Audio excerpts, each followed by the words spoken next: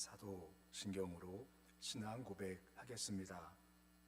나는 전능하신 아버지 하나님 천지의 창조주를 믿습니다. 나는 그의 유일하신 아들 우리 주 예수 그리스도를 믿습니다. 그는 성령으로 잉태되어 동정녀 마리아에게서 나시고 본디오 빌라도에게 고난을 받아 십자가에 못 박혀 죽으시고 장사된 지 사흘 만에 죽은 자 가운데서 다시 살아나셨으며 하늘에 오르시어 전능하신 아버지 하나님 우편에 앉아 계시다가 거기로부터 살아있는 자와 죽은 자를 심판하러 오십니다. 나는 성령을 믿으며 거룩한 공교회와 성도의 교제와 죄를 용서받는 것과 몸의 부활과 영생을 믿습니다. 아멘. 찬송가 408장 찬양하겠습니다.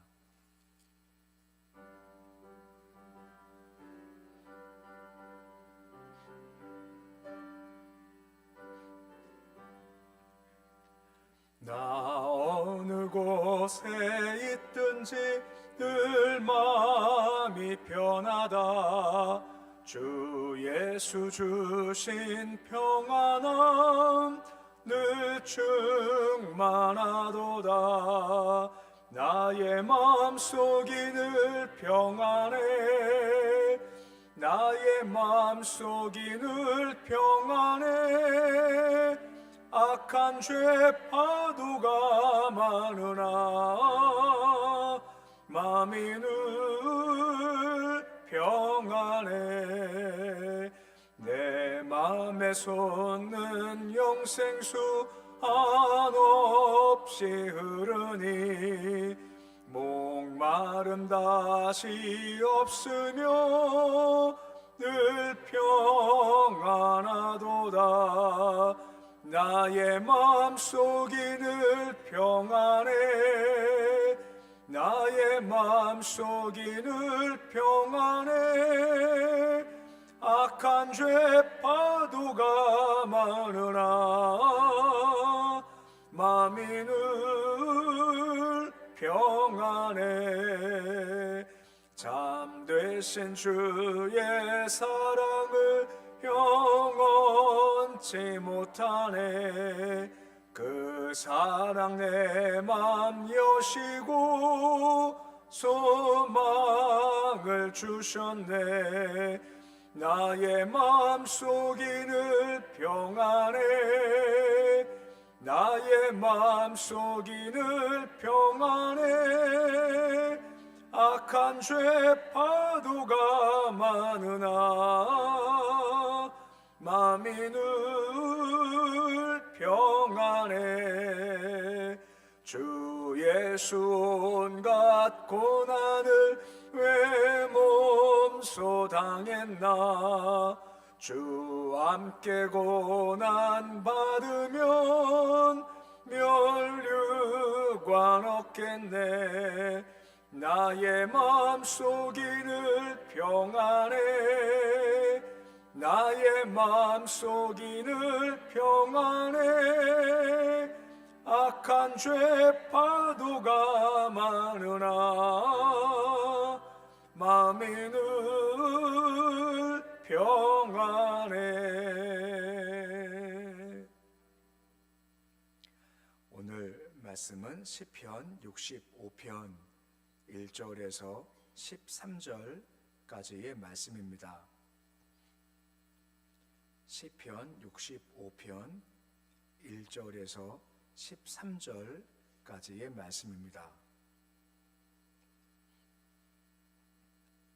시편 65편 1절로 13절까지의 말씀 우리 함께 봉독하겠습니다. 하나님이여 찬송이 시온에서 주를 기다리오며 사람이 소원을 주께 이행하리이다. 기도를 들으시는 주여 모든 육체가 주께 나아오리이다. 죄악이 나를 이겨싸우니 우리의 허물을 주께서 사하시리이다. 주께서 택하시고 가까이 오게 하사 주의 뜰에 살게 하신 사람은 복이 있나이다. 우리가 주의 집 곧 주의 성전의 아름다움으로 만족하리이다. 우리 구원의 하나님이시여 땅의 모든 끝과 먼 바다에 있는 자가 의지할 주께서 의를 따라 어미하신 일로 우리에게 응답하시리이다. 주는 주의 힘으로 산을 세우시며 권능으로 띠를 띠시며 바다의 설렘과 물결의 흔들림과 만민의 소유까지 진정하시나이다. 땅끝에 사는 자가 주의 징조를 두려워하나이다. 주께서 아침 되는 것과 저녁 되는 것을 즐거워하게 하시며 땅을 들보사 물을 대어 심히 윤택하게 하시며 하나님의 강에 물이 가득하게 하시고 이같이 땅을 예비하신 후에 들게 곡식을 주시나이다. 주께서 밭고랑에 물을 넉넉히 대사 그 이랑을 평평하게 하시며 또 담비로 부드럽게 하시고 그 싹에 복을 주시나이다. 주의 은택으로 한 해를 관시우시나 주의 길에는 기름방울이 떨어지며 들의 초장에도 떨어지니 작은 산들이 기쁨으로 띠를 띠었나이다. 초장은 양떼로 옷 입었고 골짜기는 곡식으로 덮이었음에 그 다 즐거이 외치고 또 노래하나이다. 아멘. 이 시간 한나 여중 나오셔서 특송해 주시겠습니다.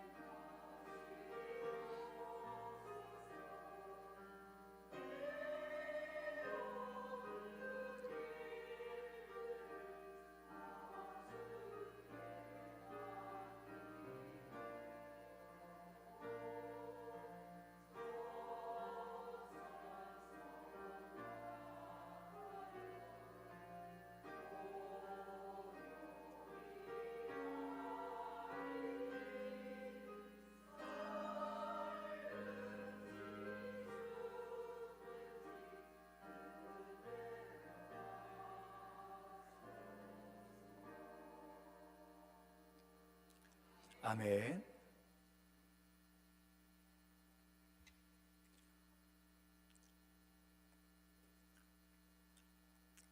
다윗은 아버지 양을 치던 목동이었습니다. 그 살던 땅은 건조하고 메마른 상태, 곧 물이 귀한 땅이었죠.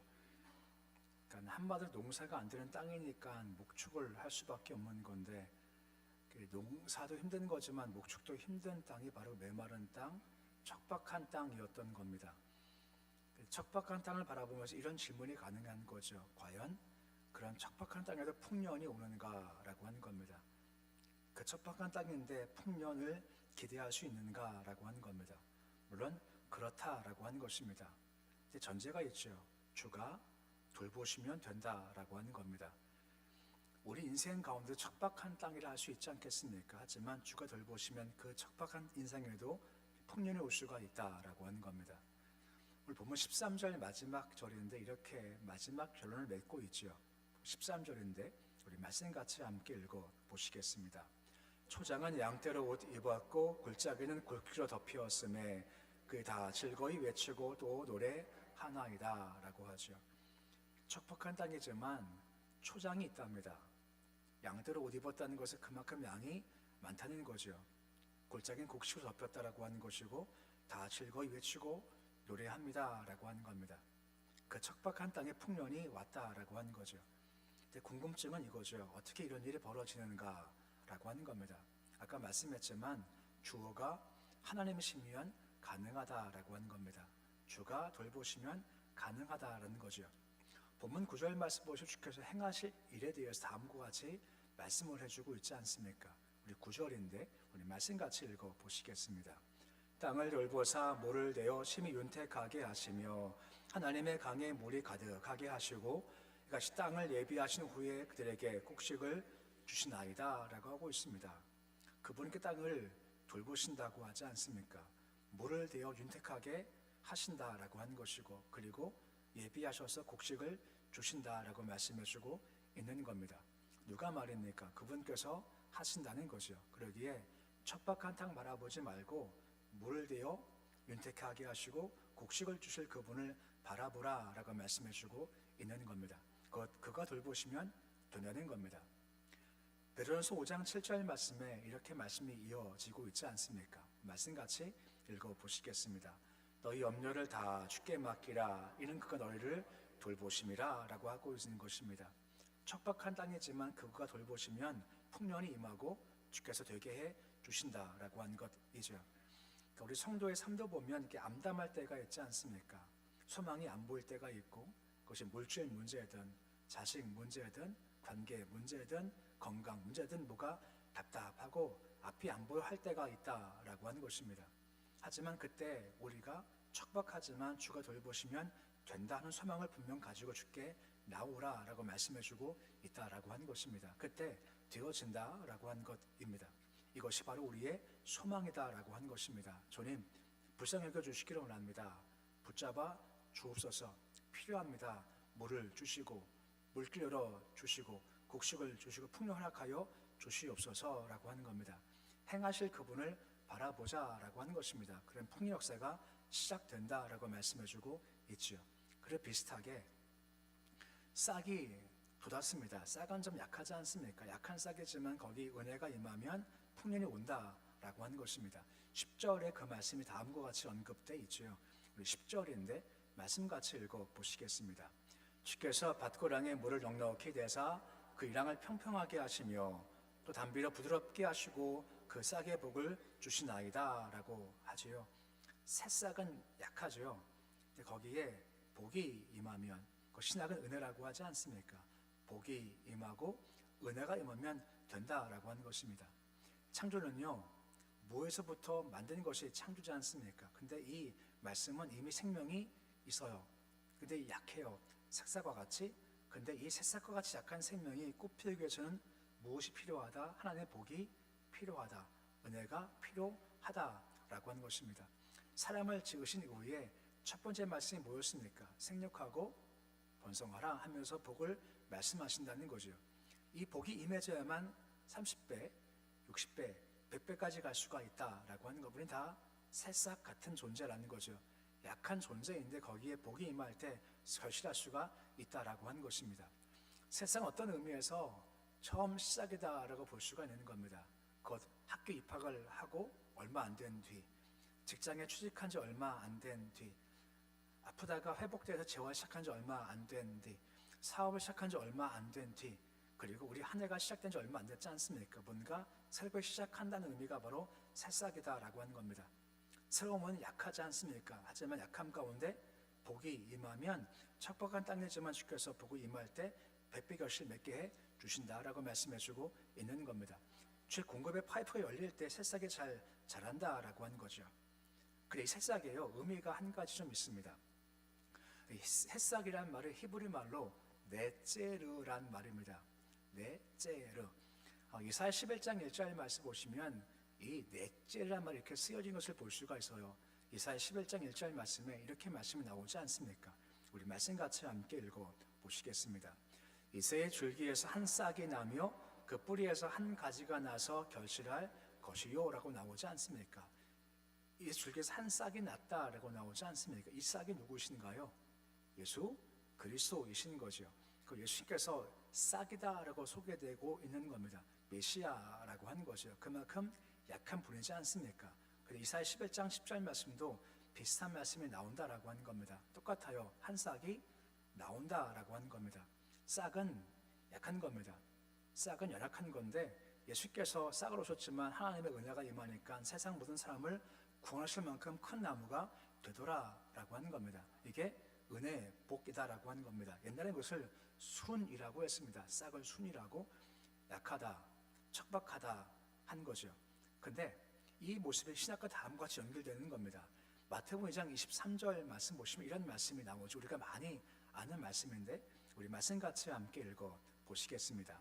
나사렛이란 동네에 가서 사니 선자로 하신 말씀에 나사렛 사람이라 칭하리라 하심을 이루려 함이로라 라고 우리가 많이 알지 않습니까? 예수님은 나사렛 사람이다 라고 예언되어 있다는 겁니다. 근데 아무리 구약을 다 뒤져봐도 이 말이 없어요. 그가 나사렛 사람이라는 말이 없습니다. 근데 참 재밌는 것이 아까 얘기했지 않습니까? 싹은 히브리 말로 네제르입니다. 나사렛도 그 어원이 네제르입니다. 같은 어원이에요. 다 약하다, 연약하다, 별 볼 일 없어 라고 하지 않습니까? 그래서 나다나엘이 예수 듣고 나서 뭐라 말합니까? 나사렛에서 선한 것이 나올 수가 없다라고 하지 않습니까? 그만큼 약한 것이 바로 이 네제르와 나사렛 동네라고 하는 것입니다. 우리가 다 네제르라고 하는 것이 우린 참 약하다, 부족하다, 척박하다, 아니 뭐 볼 것도 아무것도 없어 하는 것이 다 우리의 모습이지 않습니까? 근데 무엇이 임하면요? 은혜가 임하면, 복이 임하면 달라진다라고 말씀해주고 있는 겁니다. 아까 보았지만 이사야 11장 10절 말씀 보시면 새싹이지만 뭐라 말씀해주고 있습니까? 만민의 기초로 선다라고 하는 것이고 거기가 영화로울 것이다 말씀해주고 있는 겁니다. 새싹 밟으면 끝장인 거죠. 제가 뭐가 될까? 약하지만 은혜가 임하고 복이 임하면 그것이 만민 기치로 될 거고 영화로울 거다 말씀해주고 있다라고 하는 겁니다. 이게 우리의 소망이라는 거죠. 사람들은 빽빽한 숲이 소망이다라고 하지만 주님은 싹에 복을 주시면 그 싹 하나가 빽빽한 숲을 이룰 수가 있다는 겁니다. 금수저 대단해 보이죠. 하지만 흙수에는 우리한테 은혜가 임하면 그와 못지않게 주께서 우리를 쓰실 수가 있으시다라고 한 것이다라고 하는 것입니다. 비록 우리가 작은 연약한 존재지만 은혜 받고 복을 받으면 그렇게 될 수가 있다라고 말씀해주고 있는 거죠. 그래서 11절, 12절, 13절 말씀은 새싹이지만 은혜가 임한 뒤, 복이 임한 뒤 이렇게 될 거다라고 말씀이 이어지고 있는 겁니다. 11절 말씀은 새싹이지만 은혜가 임하면 된 것이 무엇입니까? 11절인데 말씀 같이 함께 읽어 보시겠습니다. 주의 은택으로 한 해를 관세우시니 주의 길에는 기름방울이 떨어지며 라고 나오죠. 한 해의 관을 씌우신다고 하지 않습니까? 2020년 시작되었지 않습니까? 여기 주께서 관을 씌워 주십시오. 면류관 씌워 주시옵소서. 올 한 해 기름방울 떨어뜨려 주시옵소서 한다라고 하는 것입니다. 그러면 우리 기억에 남는 한 해가 될 수가 있다는 거죠. 우리가 매년 보내지만 주께서 관을 씌우시고 기름을 부어주시면 우리가 도저히 잊을 수 없는 한 해가 될 수가 있다라고 하는 것입니다. 이것이 하나님의 은혜의 모습인 것이죠. 12절 말씀도 보십시오. 뭐라 말씀해 주고 있습니까? 12절 말씀 같이 읽어보시겠습니다. 들의 초장에도 떨어지니 작은 산들이 기쁨으로 띠를 띄었나이다 라고 말씀해 주고 있습니다. 은혜가 임하니까 기쁨으로 띠를 띌 정도로 기쁨이 넘치는 한 해가 될 수가 있다라고 하는 거죠. 다 된다라고 말씀해 주고 있는 겁니다. 13절 말씀, 아까 읽은 말씀에서 한 번 더 말씀 읽어보면 다음과 같이 말씀하고 있죠. 13절인데 말씀 같이 읽어보시겠습니다. 초장은 양떼로 옷 입었고 골짜기는 곡식으로 덮였음에 그들이 다 즐거이 외치고 또 노래하나이다 라고 하지 않습니까? 양떼가 옷 입었다는 겁니다. 아까 말씀했지만 산이 초원이 다 양떼로 확 덮인 거죠. 골짜기는 곡식으로 덮였다라고 하는 것입니다. 그래서 즐거이 외치고 우리가 노래합니다 라고 하는 겁니다. 주님, 이것을 내가 원합니다. 주님 도와주십시오. 것이 다 이루어진다 라고 하는 겁니다. 바로 한 해 기간 동안에 양떼로 덮이고 곡식이 가득하고 즐거움과 찬송 소리 가득한 한 해가 되시기를 주 이름으로 축원해 드립니다. 이게 필요한 모습이죠. 그러면 누가 말입니까? 역순입니다. 다시 처음으로 돌아가서 척박한 땅인데 이런 은혜가 임한 이유가 무엇 때문이냐라고 하는 겁니다. 그 길이 뭐냐라고 하는 겁니다. 항상 똑같습니다. 어제 말씀 보았죠. 가장 많이 반복되는 것이 하나님을 우러러 본다는 겁니다. 주를 바라 본다는 겁니다. 주를 내가 찾습니다라는 것이고 예배자가 된다라고 하는 겁니다. 1절과 2절 말씀 보시면 다음과 같이 말씀이 있죠. 1절과 2절 말씀입니다. 말씀 같이 읽어보시겠습니다.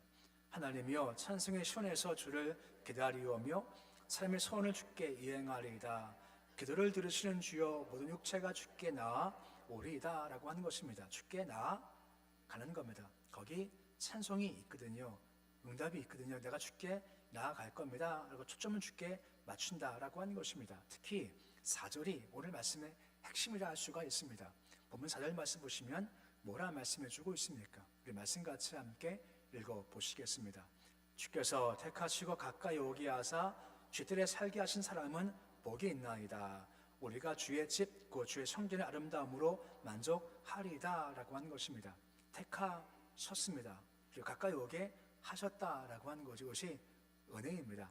아무나 가까이 가지 못합니다. 택함 받는 것이 먼저고 주께서 와라 할 때 가는 것이 바로 복의 출발이라고 말씀해 주고 있지요. 금묵자학이란 말이 있지 않습니까? 검은 것에 가까이가면 검어진다라고 하는 겁니다. 우리가 뭔가 잘하고 싶어요. 간단합니다. 영어 잘하고 싶다 하면 영어를 잘하는 사람들 가까이 가면 돼요. 주께 가까이 가지 않습니까? 영적 대가가 된다는 겁니다. 예배는 주께 가까이 간다라고 하는 겁니다. 이게 바로 복된 자의 모습이다라고 할 수가 있죠. 지금 잘 말씀 보았습니다만 다시 말씀 보시면 그 전부 처음에 뭐라 말씀해 주고 있습니까?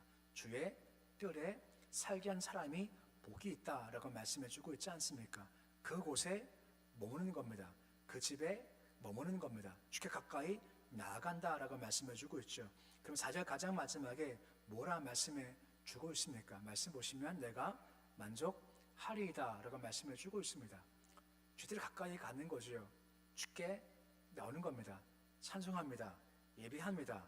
그럼 주께서 뭘 주신다는 것입니까? 만족을 주신다라고 하는 겁니다. 만족은 내가 채워진다라고 하는 겁니다. 생각해 보십시오.